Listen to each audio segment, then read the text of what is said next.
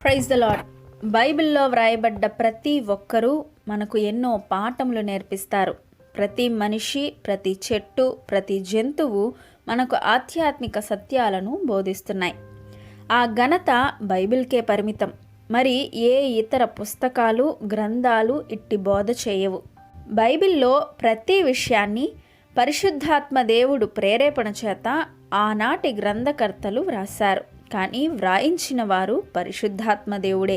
ఆ పరిశుద్ధ గ్రంథములోని రోమాపత్రిక 16వ అధ్యాయం 8వ వచనంలో ఒక మంచి సాహస వీరుడు, విశ్వాస ఆణిముత్యంను గుర్చి వ్రాయబడి ఉన్నది.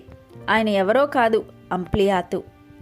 అంప్లియాతు అన్న మాటకు పెద్దది, విస్తృతమైన లేదా వ్యాపించుట అని అర్థములు కలవు. అంప్లియాతు గ్రీకు పదం నుండి వచ్చింది.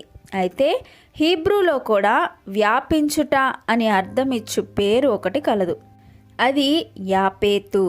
నోవాహు కుమారులలో ఒకడు యాపేతు. యాపేతు అన్న మాటకు కూడా వ్యాపించుట అని అర్థం. అంప్లియాతు అనే పేరు గ్రీకు పదమైన అంప్లియాస్ నుండి వచ్చింది. అయితే అదే గ్రీకు పదం యోహాను సువార్త 15:5లో కూడా వాడబడింది. ద్రాక్షవల్లి అన్న మాటకు గ్రీకు పదం అంప్లియాస్. ద్రాక్షవల్లి విస్తరించి వ్యాప్తి చెందుతుంది. అంప్లియాతు రోమాలోని ఒక క్రైస్తవుడు. మొదట ఈయన బానిసత్వంలో, దాసత్వంలో ఉన్నవాడు. బానిసగా బ్రతుకుతున్నవాడు. రోమా ప్రభుత్వపు ఆచారాలు పాటించువాడై ఉన్నవాడు.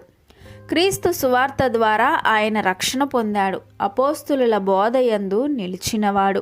పౌలు పత్రికలు వివిధ సంఘములకు చేరుతుండే సమయంలో అక్కడి విశ్వాసులు కూడుకొని పత్రికలు చదువుట చేత ఆదరణ పొందుతూ లోతైన మర్మములు గ్రహించుచు వారి విశ్వాస జీవితాలను కట్టుకొనేవారు. అలా అంప్లియాతు కూడా స్థిర విశ్వాసమును నేర్చుకున్నాడు. తన తోటి సహోదరులు స్టాకు, ఉర్బాను కూడా అంప్లియాతుతో కలిసి సంఘ కార్యక్రమాలలో వాడబడేవారు. అంప్లియాతు మంచి సంఘ పరిచారకుడు. అంతేకాదు, తాను నేర్చుకున్న సత్యమును ఇతరులకు బోధిస్తుండేవాడు. అలా తాను ఎదిగి ఇతరులకు సర్వసత్యమును ప్రకటిస్తూ సువార్త వ్యాప్తి జరిగించెను.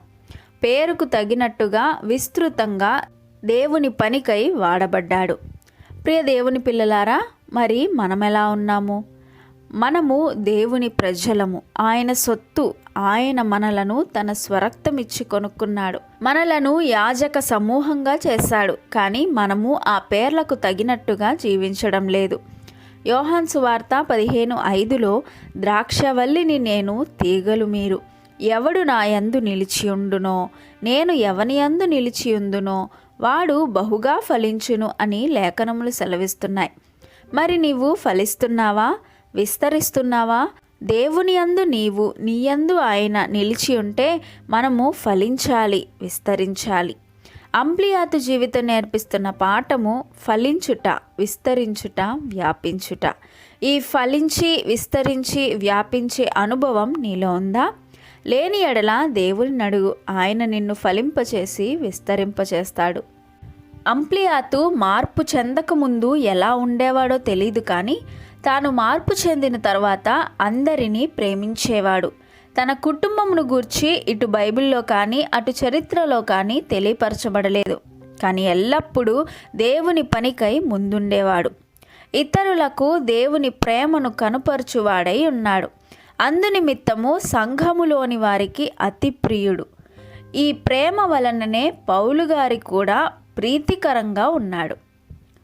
తన పరిచర్య, సంఘం పట్ల బాధ్యత, దేవుని ప్రేమ వార్తను ప్రకటించుట, సత్య ప్రవర్తన కలిగి ఉండుటను బట్టి పౌలు చాలా సంతోషించారు. అందునిమిత్తము నాకు ప్రియుడగు అంప్లియాతు అని పౌలు ప్రస్తావించారు. నిజమే కదా? దేవుని పిల్లలమైన మనము ప్రేమ కలిగి జీవించాలి. ప్రేమ దేవుని గుణమే కదా. ఈనాడు మనం అందరినీ ప్రేమిస్తున్నాం, కానీ మన కుటుంబీకులను, తల్లిదండ్రులను ప్రేమించలేకపోతున్నాం. అందరినీ ప్రేమించుచున్నాం అనుకుంటూ దేవుని సేవకులను మాత్రం విమర్శిస్తున్నాం.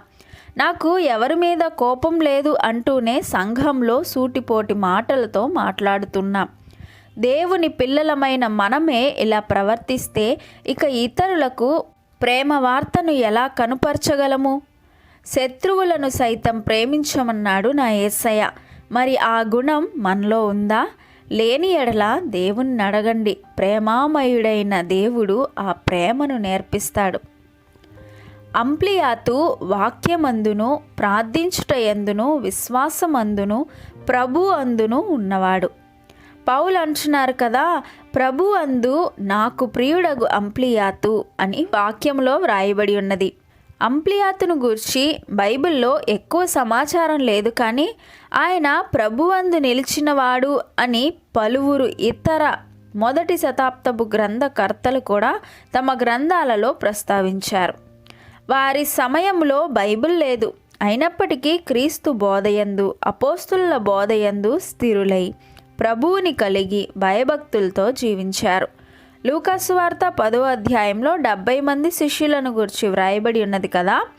ప్రభు పరిచర్య నిమిత్తము పంపబడిన వారిలో అంప్లియాతు కూడా ఉన్నాడు అనుటకు పలు ఆధారాలు కలవు.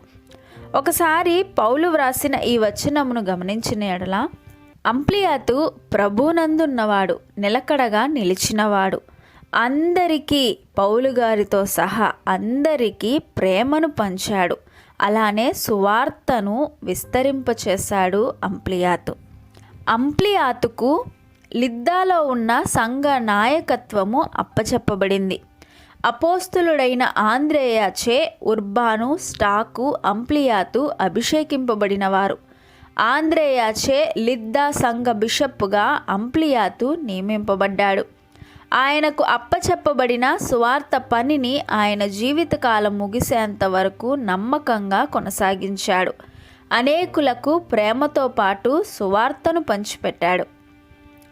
ప్రతి విశ్వాసికి అప్పచెప్పబడిన బాధ్యత సువార్తను ప్రకటించుట.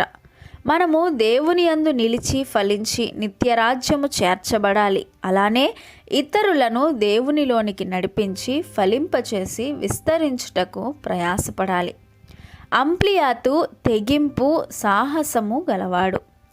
అంప్లియాతు క్రీస్తు నిమిత్తము శ్రమను అనుభవించి చంపబడెను. ఆయన ఒక క్రైస్తవ హతసాక్షి. అపోస్తులుడైన ఆంద్రేయాతో పాటు స్టాకు, ఉర్బాను, అంప్లియాతు కూడా చంపబడ్డారు. క్రీస్తు శకం 60లో వారు హింస నొంది హతసాక్షులైనారు. నీతి నిమిత్తము హింసింపబడువారు ధన్యులు. నీతి అనగా యేసు ప్రభువారు. ఆయన నిమిత్తము శ్రమను పొంది హతసాక్షులవుట నిజముగా ధన్యతగా ఎంచారు ఆనాటి విశ్వాసులు. మరి మనలో కూడా అట్టి తెగింపు, సాహస ధైర్యాలు, దేవుని పనికైన తీర్మానాలు మనం చేయగలుగుతున్నామా? అంప్లియాతు ఫలించి విస్తరించినవాడు, సత్య ప్రవర్తన కలిగినవాడు, అందరినీ ప్రేమించి ప్రేమ వార్తను ప్రకటించాడు. అంప్లియాతు ప్రభు అందున్నవాడు, మంచి పరిచారకుడు, విశ్వాస వీరుడు. అంప్లియాతు సంఘ నాయకత్వము జరిగించాడు, క్రైస్తవ హతసాక్షి అయ్యాడు. సువార్త నిమిత్తము తెగింపు, ధైర్య సాహసాలు గలవాడు. ఇట్టి రీతిగా మనం కూడా సువార్త నిమిత్తము సాహసవంతులుగా ఉండాలి. అంప్లియాతు నేర్పించే పాఠములను మనం కూడా నేర్చుకొని దేవుడు మెచ్చే భక్తిని చేద్దాం, ప్రార్థిద్దాం, పాటిద్దాం.